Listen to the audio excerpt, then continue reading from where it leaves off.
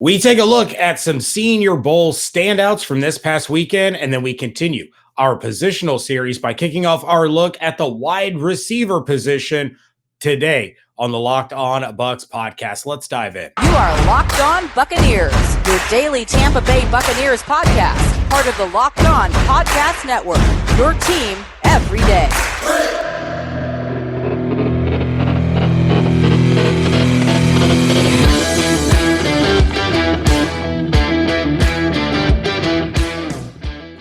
What's up, Bucs Nation, and welcome to the Locked On Bucs podcast, part of the Locked On Podcast Network, your team every day. It's your daily podcast covering the Tampa Bay Buccaneers, hosted by me, James Yarcho, and of course, David Harrison. We're both writers for SB Nation's BucsNation.com, free and available on all platforms. Thank you for making the show your first listen or first watch every day. And when we're not here, you can find us on Twitter at JArco_Bucs, at DHarrison82, at Locked On Bucs, and at Bucs_Nation. Like James said, we thank you for making the Locked On Bucs podcast first listen or view every single day. Today, we are brought to you by GetUpside. Just download the free GetUpside app and use the promo code TOUCHDOWN to get 25 cents per gallon or more cashback on your first tank. Antoine Winfield Jr. using the promo code TOUCHDOWN to score in the Pro Bowl. James, drafted a couple years ago by the Tampa Bay Buccaneers. Did you know that 41% of the 2021 NFL draft class came from Mobile, Alabama, by way of the Reese Senior Bowl, James? I did not. Now, you watched the game, James. I mean, plenty of talent on hand in Mobile, Alabama. In fact, I did 10 standout players for SI.com from offense or from the national team. I also did 10 for the American team, so that's 20. And then I also did 6 standout players total, 3 from offense, 3 from defense for BucsNation.com. And still, in all of that standout article writing business, didn't encapsulate all of the talent that was on the field in Mobile. You watched the game on Saturday as it went down. Who stood out to you the most? I got to stay close to home, right? We know where I'm located here in Southwest Ohio. I got to go with Coby. Coby Bryant, the corner from University of Cincinnati. He was phenomenal all season long. And then, of course, he continued to show that at the Senior Bowl. He's a nice, big physical corner, 6'1", 200 pounds. He can go up against pretty much anybody you want him to go up against. There's still some things that need to be worked on, developed a little bit. But overall, he's got the raw talent and the raw tools to make a really, really good NFL corner. So I don't know, maybe my eyes gravitated a little bit more towards that black helmet with the white C on it, just because I followed the Cincinnati Bearcats and their improbable run all year long. But I really, really like what I've seen out of Coby Bryant all year long, including this past Saturday. Yeah, absolutely. I mean, full disclosure, look, when NCAA football was still a thing that existed in video game land, I used to take the Cincinnati Bearcats as my team that I would take and rebuild and recruit for and turn into a national powerhouse. And then once Luke Fickell left Ohio State and went to Cincinnati, I became a Bearcat fan. So good to see so many Bearcat representatives there at the Senior Bowl. And Coby Bryant was one of the best. Voted, according to the opposition side wide receivers, voted as the best defensive back of the week of practices. So that's a huge compliment because, again, it's voted not by your peers, but by your competition. They're the ones picking you out from the pack. So the only thing that really stood out as a potential negative, and it's a very small negative, is the fact that Coby he seems to open up very, very early. I'm going to give a hat tip to Eric Crocker of the Locked On NFL Draft and Locked On San Francisco 49ers podcast, former NFL and AFL defensive back, cornerback. So obviously of the crew in Mobile, we're all looking at Eric and kind of picking his brain on cornerbacks. And he pointed out after day one that the only thing he didn't really like about Coby is that he opens up too quickly when he's defending guys, especially in press, especially in man coverage. And that was something that I looked for on day two. And he does. He does it, which means it's just a little bit less physical from time to time at the line of scrimmage, especially when you're playing up in press. But you know what? It didn't impact his ability to stick with those guys. You mentioned how he can cover pretty much anybody on the field. That was evidence throughout the practices and then again in the game. So obviously, James, a lot of people talking about the quarterbacks coming into Mobile this year for good reason. 6 of the top 7 or so quarterbacks that are going to go in this year's NFL draft were on hand in Mobile, starting off with Kenny Pickett, who most people have as the number 1 quarterback in this class, obviously the top guy entering Mobile. And even with all of the small hands, double jointed thumb, wearing gloves, not wearing gloves conversation, I will say that Kenny Pickett Didn't really present anything on the field this week that would make you kind of stop and say, oh man, I didn't know he could do that. But he also didn't do anything to take away from his stock. So while he's not going to come out of the Senior Bowl as one of the more exciting prospects and names people are talking about, it's not because he did anything poorly. It's because he basically did everything exactly the way you kind of expected him to, which if you have a high evaluation on him, really is just going to make you all the more confident in your evaluation. A quarterback who made a lot of money, I think, in my eyes anyway, is Malik Willis. I think Malik Willis, by and large, probably came into this thing as probably the third or fourth quarterback on most people's list behind Sam Howell from North Carolina, who was also in Mobile, and Matt Corral of Ole Miss, who was not in Mobile.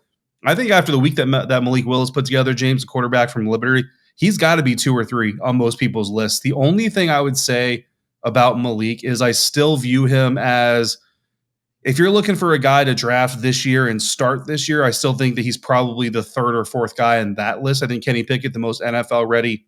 I think Matt Corral, probably number 2. I would put Malik Willis over Sam Howell, but I think a lot of people like Sam Howell's level of experience, and then the fact that he did so well with guys like De'Ami Brown, Michael Carter, and so on and so forth on his team in North Carolina the year before he lost so many of them to the NFL draft. Personally, not that high on Sam Howell. But my favorite player of the entire proceeding, James, Christian Watson, wide receiver out of North Dakota State University. I spent all week kind of messing with Croc, but also kind of not messing with him, telling him that, you look at what the Cincinnati Bengals did. They go out, they get Jamar Chase to bring him to Joe Burrow and say, look, here's, not only do we have some weapons for you, but here's Jamar Chase, your wide receiver from college to help you have so much success. Christian Watson, for those who don't know, in 2020 was Trey Lance's number 1 wide receiver in North Dakota State. Christian Watson, everywhere in the field, short game, intermediate game, deep ball. I mean, quick off the line, off a press, eating up zone. I mean, the dude caught everything. On day 2, there was rain throughout the entire practice, James. That dude, no gloves, caught everything. Contested 50-50 balls, caught everything. Like, I'm so in love with that dude as a prospect. Whether the Buccaneers bring back Chris Godwin or not, I want them to go after Christian Watson. In fact, I just want to cover Christian Watson. So I want Washington to also target Christian Watson. Like, I just want him on a team that I get to talk about on a consistent basis. That's how excited I am. But not a day one guy. You know what I mean? I don't think he's going to climb up that high, but actually that fits and fills in for the Tampa Bay Buccaneers even more. Not an Antonio Brown type. You know what I mean? There are some guys who are there, like Calvin Austin, third out of Memphis. He's one of those types of guys. But Christian Watson, a guy who does a little bit of everything and just a baller and a playmaker that I think any NFL team would be fortunate to have on their roster. Well, you know what's going to happen, right? You want to cover him, so that means he'll end up going to like the Saints. Yeah, go to New Orleans or Dallas. That's what's going to happen. Or Dallas or Philly. And so you'll have to talk about how great he is while he's going up against the team that you cover, because that's just what happens. It'll be Michael Thomas all over again. That New Orleans is going to end up with Olave, and Dallas is going to end up with Watson, and your entire world is going to crumble. I'm just going to retire. I'm just going to go into the land of retired former podcasters, and that'll be the end of my story in media. So a lot of good things. And James, I mean, there's no way like we would have to do a week full of Senior Bowl episodes in order to get all of the guys who did really well. I mean, the tight end group, super talented. Some good line play. I mean, offensive lineman, defensive lineman, and I messaged you actually this towards the latter part of the week that every area that the Tampa Bay Buccaneers need to fill in the NFL draft, as far as we can foretell, has talent. And this is a very good year to need what the Buccaneers need, except for starting quarterback in the NFL draft. That's the only one you can't find, in my opinion. But so watching the players, getting to connect with a lot of the Locked On personalities, or another favorite part of the week, James, for me at the Reese Senior Bowl, was the swag bag we got, including a 20-ounce Yeti and a bag of candy, all of it delicious, none of it healthy, which means I was very happy to get back to my Airbnb, crack open the Built Bars. This is the time of year that most people have pretty much given up on their New Year's resolutions. If you're one of those people, you're not alone. Don't worry about it. But this year, sticking to your resolution of eating right can get back on track thanks to Built Bar. It almost feels like it's not really a resolution, because you're going to actually enjoy eating them. Have you tried Built Puffs? My mother-in-law is visiting right now. Never tried a puff in her life before that. Before she got here, she has done nothing but basically raid my stock of Built Puffs. She's absolutely in love with them. If you haven't, you're missing out on Built Bars, the best tasting protein bars on the market. Puffs are the first ever protein-infused marshmallow. They're fluffy. They're marshmallowy. They're not just a protein bar. They're a treat, and they're covered in 100% chocolate, just like all Built Bars are. Puffs are a fan favorite with incredible flavors like cinnamony churro, coconut marshmallow, banana cream pie. So good. These are going to be your new favorite. Strawberry is one of my favorites. All Built Bars are covered in 100% chocolate. Yes, Puffs included 100% real chocolate, low calorie, high protein. Replace your candy bars with Built Bars. Go to Built.com, use the promo code LOCK15, and you'll get 15% off your order. Again, that's promo code LOCK15, 15% off at Built.com. Thanks again for making the Locked On Bucs your first listen or your first view every single day. It's Super Week brought to you by GetUpside, and there's no better place to get coverage of the big game than the Locked On NFL podcast. Locked On Bengals and Locked On Rams are in LA all week covering the big game. James, the Buccaneers got close to getting back to the big game, fell just a little bit short. They're going to try again next year. They're going to reload, as Bruce Arians likes to say, to get back to the big game, and they're going to do so thanks to or they're going to do so with the help of some talented players that they will keep on roster. Last week, we dove into quarterback options, and look, we actually intended to go over like 4 quarterback options, but there are so many that we actually ended up going over, what was it, 7, I think, quarterback replacement options. Something like that. And we didn't even hit them all. I mean, Teddy Bridgewater is out there. Jameis Winston is out there. And I mean, you never know. They could also bring in a Blaine Gabbert, draft a Malik Willis, and see if they can develop him. That's a little bit on the further stretch of the side, I think. But so many options out there for quarterbacks. And when you look at the wide receiver group, the guys that this quarterback, whoever it is going to be throwing the ball to, the Buccaneers already have kind of a good head start, right? They got Mike Evans under contract for 2022. Scotty Miller is coming back. Tyler Johnson is still on the roster. Jalen Darden, not such a strong finish to the season, right? But hopefully maybe just hit a rookie wall, kind of a freshman slump, maybe comes back stronger. Now he knows how to be a pro a little bit more. Gets a little bit healthier during the offseason, comes in ready for that second year stretch. Cyril Grayson, a late treasure that they found, unfortunately lost to injury. Pending free agents on this roster, Brashad Perryman, who I would love to see them bring back. John Brown, we really didn't get to see anything of him, so I mean, who knows what happens? Maybe he comes back. And then, of course, most importantly, James, Chris Godwin. And I got to be honest with you, I love me some Chris Godwin, CG 12, 12 season, all that stuff all day. I'm in the camp that thinks that Tom. Once he's officially retired, shout out to Evan Klosky, who pointed out that he never actually said the word retired, that if Tom doesn't come back officially, that CG should go back to the number 12, given the opportunity. But I'm not sure, James, that Chris Godwin comes back. And listen, it's not any shade to the Tampa Bay Buccaneers, right? It's not anything negative about the Bucs, but the bottom line is there's really not a wide receiver playing big-time high school football, big-time college football, going to the Senior Bowl, the Shrine Bowl, the NFLPA Collegiate Bowl, whatever, with aspirations going to the NFL that says, you know what? Like if you ask them, we talked to a lot of prospects this last week, James, and when you ask them all, what is your goal? What is your goal in the NFL? Doesn't matter. Wide receiver, running back, quarterback. None of them sit there and go, man, I'd love to be a number 2. Like I would just like Ryan Griffin, man, that is my dude. Like that is my idol. And don't get me wrong. Like Ryan Griffin's probably not sitting at home going, oh man, poor woe is me. Like there are a lot worse jobs you can have than being, I don't know, an emergency quarterback really for the majority of your career, getting paid pretty good money to do it. But Chris Godwin, bottom line is, didn't go through Penn State wanting to be a number 2 receiver. He didn't go into the NFL wanting to be a number 2 receiver. We kind of had this conversation. That could be a motivation for him to leave. And I'm not saying it will be, and I'm hoping it's not. But as much as Buccaneers fans love Chris Godwin, as much love as he gets within the Buccaneers media circle and those local, and he does get some national love as well. You have to admit, similar to what Levante David has gone through in his career, the opportunity to go be the guy, especially when you're talking about some of these like more historic type of programs, to the chance to go be the number 1 target, without a doubt, beyond question, not just in the fan base or whatever, or on a game-to-game basis, is very, very alluring, along with the dollar signs it brings to some of these teams that have a lot of cap space. Yeah, I agree with you from that aspect. I'm sure there is a desire that Chris Godwin, even though you and I consider him, a 1A to Mike Evans 1, right. If he wants to go out there and he wants to be a team's Mike Evans or a team's Cooper Kupp or Justin Jefferson or Devontae Adams.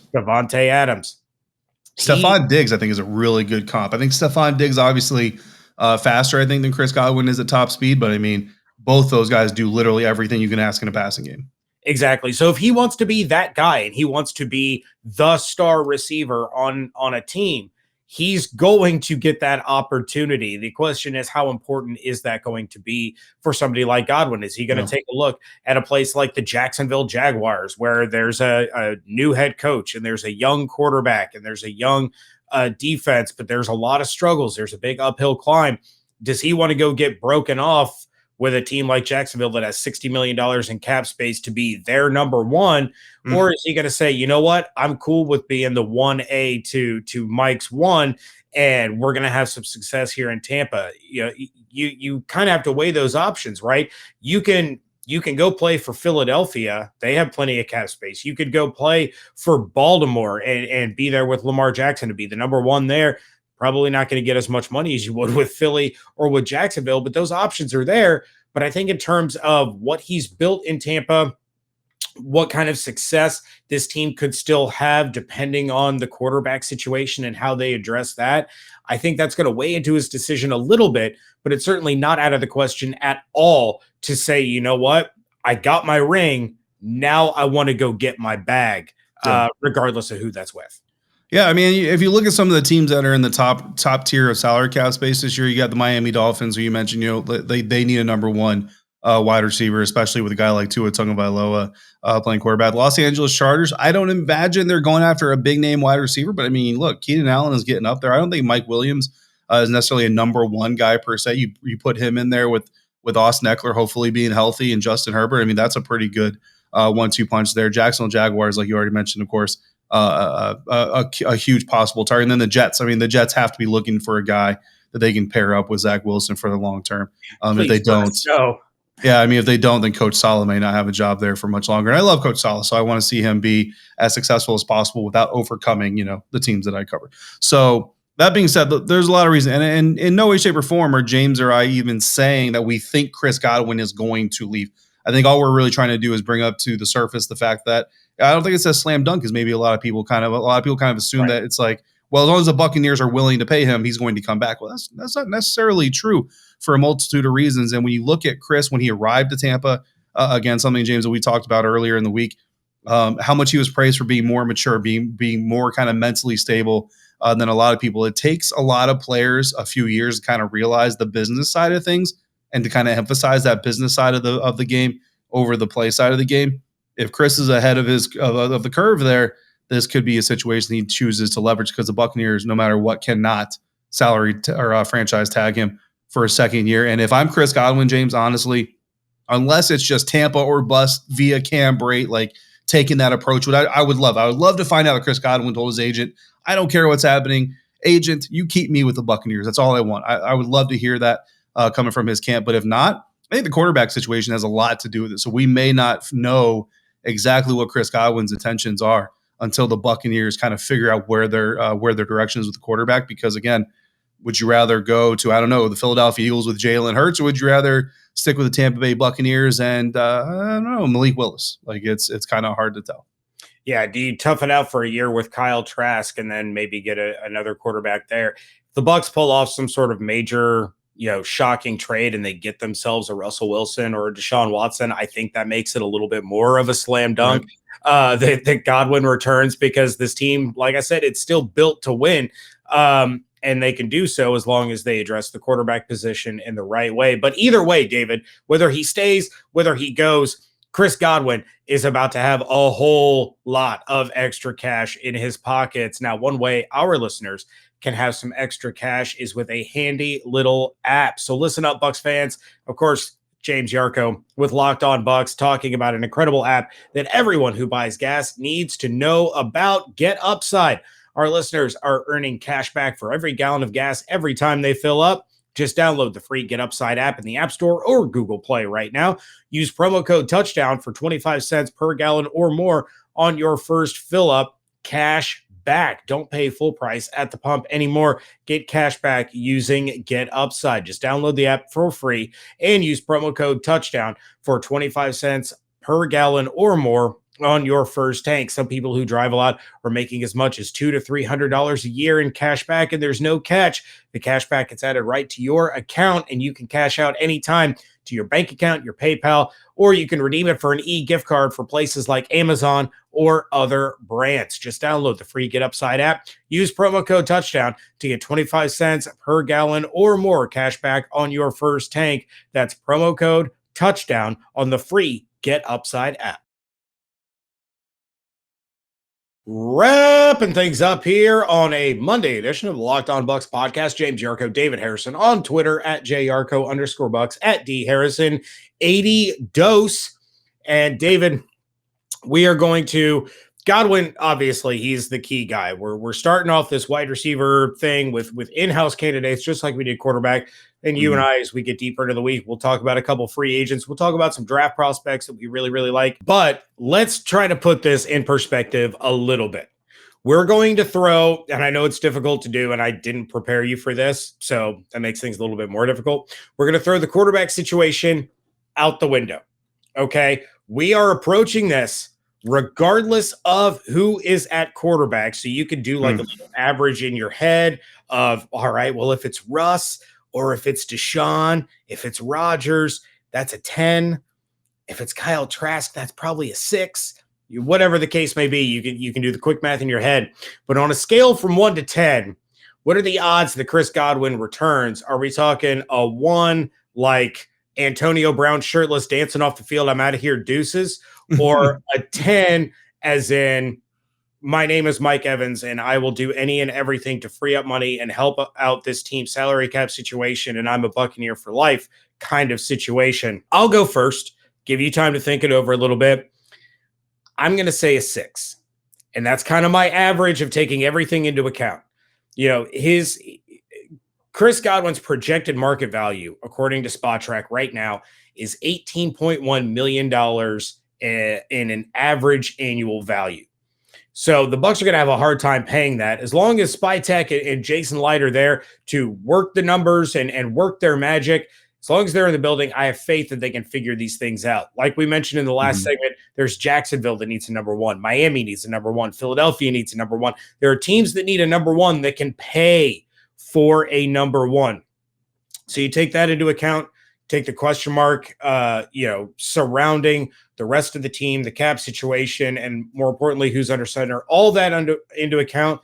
I say there's about a 60% chance that we see Chris Godwin return in pewter and red. Yeah, I think I put the number at 70. I think that Chris wants. I think Chris wants to stay in Tampa. Like that's just the feeling I get about it. Again, these are the times like they're not going out there and telling any of us exactly what they're thinking or exactly what their priorities are. But I think that Chris Godwin wants to stay in Tampa. I feel like, the bond that he's created with Mike Evans and all that stuff. I think it's also important to remember that sticking around and depending on who the next quarterback is, right? That Bruce Arians coming back means the team is they're going all in, right? It's kind of like a Los Angeles Rams situation. Like I wouldn't be surprised to see this team ship 3 first-rounders for a Russell Wilson or something like that, because honestly, BA is not going to be here to answer for those first-round picks being missing down the road, right? But then you also look at Jason Light. Jason Light has more career left ahead of him than people expect Bruce Arians to have. And